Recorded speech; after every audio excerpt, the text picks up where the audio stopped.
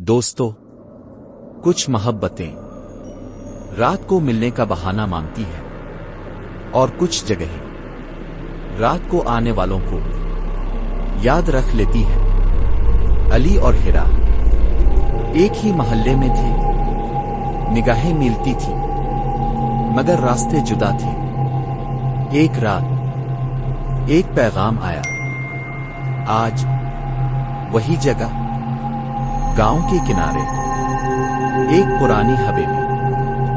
दरवाजा बंद हुआ, खुद से हुआ रुक गई।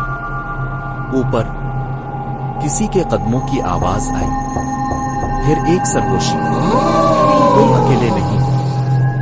इसके बाद इस हवेली से कभी कोई जवाब नहीं आया। असल कहानी आधी रात के बाद शुरू होती है।